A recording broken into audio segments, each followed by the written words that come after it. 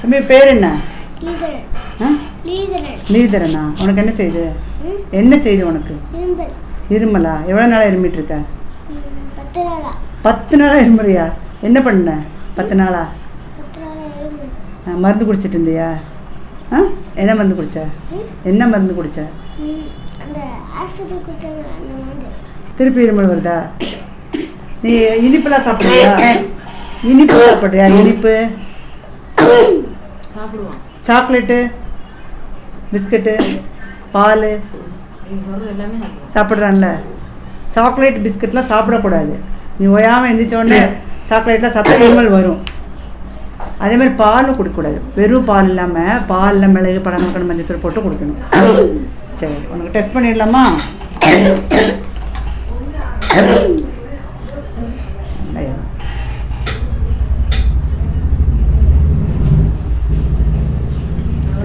நல்லா இருக்குன்ட்டாரு கோபிநாத்தா. வேற blood test எல்லாம் பண்ணாங்களா? எக்ஸ்ரேலாம் பண்ணேன். அதெல்லாம் குழந்தையா இருக்கும்போது பண்ணதோட சரி. அதெல்லாம் நல்லா தான் இருக்குன்னு வந்துச்சு. சரி சரி தான் விட மாட்டேங்குது. கை கொடு நாடி பார்க்கலாம்.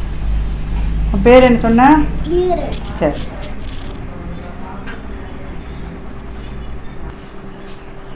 பசியில் எடுக்குதா நல்லா? நல்லா சாப்பிடுவியாடா?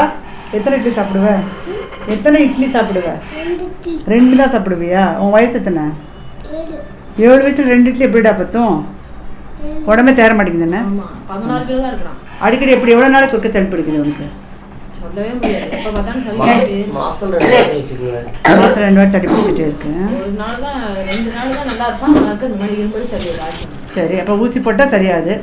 திருப்பி வந்துருது. எந்த ஒரு மாத்திரை மருந்து கொடுத்தாலும் ஒரு வாரத்துக்கு கேட்குறது மறுக்க வந்துடுது. இந்த மருந்துலாம் கொடுத்துட்டே இருக்கீங்களா? கொடுக்க என்ன ஆகுனா அவங்களுக்கு இம்யூனிட்டியே கம்மியாயிரும்.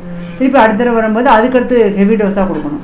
அதுக்கு நீங்கள் என்ன பண்ணணும்னா அது மருந்து உள்ளேயே சளியை அடக்கி வச்சுட்டே இருக்கும். சளி தான் துப்புறது மட்டும் மூக்காலே சேர்ந்துறது கிடையாது. அதனால இங்கிலீஷ் அவசரத்துக்கு கொடுத்துக்கலாம். ஆனால் சித்த மருந்து கொடுத்தா நல்லா கேட்கும். என்ன பண்ணலாம்? அந்த மாதிரி இந்த பொடிகள்லாம் அந்த ஆடதோட, துளசி, தும்பை, தூதுவளை, கண்டங்கத்திரி, அப்புறம் தாளிசா வச்சுடணும். இன்னொரு திருலோர சாமணின்னு இருக்குது. அதெல்லாம் கலந்து இந்த கபப்பொடின்னு ஒன்று வச்சுருக்கோம். இது என்ன ஆகும்னா இந்த உடம்புல இருக்கிற சளியெல்லாம் கொஞ்சம் கொஞ்சமாக கரைச்சி வெளியே கொண்டு வந்துடும். ஒன்று மூக்குலையாக வாய் வழியாக வந்துடும், இல்லைன்னா அவன் மோஷன் போகிறான்ல அதில் வந்துடும். இது தேனில் கலந்து கொடுக்கணும். தேனில் கலந்து கொடுக்கும்போது என்ன ஆகும்னா வெளியே வந்துடும். சளி கொஞ்சம் கொஞ்சமாக வெளியே வந்துடும். முதல்ல கொஞ்சம் கஷ்டமாக இருக்கும். அந்த வெளியே வரும்போது கஷ்டமாக இருக்கும். தும்மல், இருமல், சளி வரும். அப்புறம் போக போக பார்த்தீங்கன்னா சளியே பிடிக்காது. இது இப்போதைக்கு என்ன பண்ணணும், இது ஒரு மண்டலம் கொடுக்கணும்.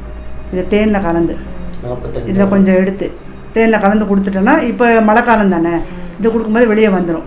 திருப்பி ஒரு 5 மாதம் கழிச்சு 6 மாதம் கழிச்சு சளி பிடிச்சோன்னா இது இவ்வளோ தேவையில்லை. கொஞ்சம் ஒரு 5 நாள் 10 நாள் கொடுத்தாலே இது உடம்பு ஏற்றுக்கும், நல்லாயிரும். இப்போ சளி பிடிச்சிக்கனால 7 வயசு தானே, உடம்பே தேர மாட்டேங்குது. சளி ஓயாமல் மருந்து கொடுத்து இதாகிடும்.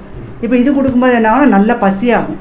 பசியும் நல்லாகும், நல்லா சாப்பிடுவான், நல்லா தெம்பாக இருப்பான், நல்லா சுறுசுறுப்பாக விளையாடுவான். இது தூக்கமும் வராது. சில சிறப்பெல்லாம் கொடுத்தா தூக்கம் வந்துடும். எந்திரிக்கவே மாட்டாங்க, தூங்கிட்டே இருப்பாங்க.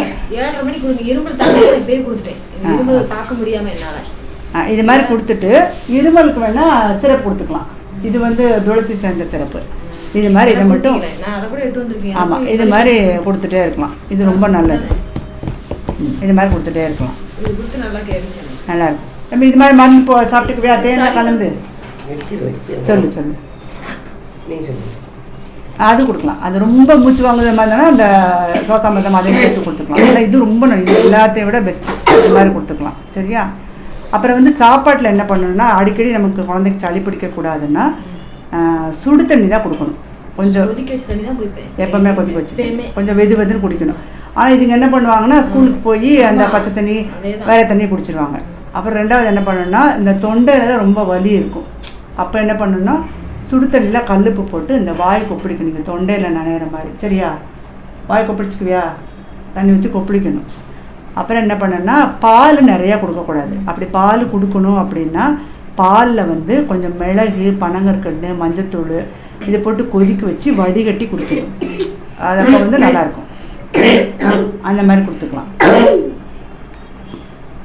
அப்புறம் இந்த சுடு தண்ணியில் தேன் ஊற்றி கொடுக்கலாம்.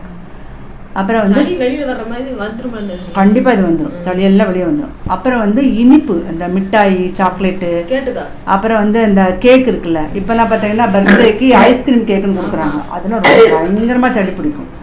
அந்த கேக்கு கொடுக்கக்கூடாது. இனிப்பு பொதுவாக இனிப்பாகவே கொடுக்கக்கூடாது. சாக்லேட் நிறைய சாப்பிடுவியா? சாப்பிடுவான்.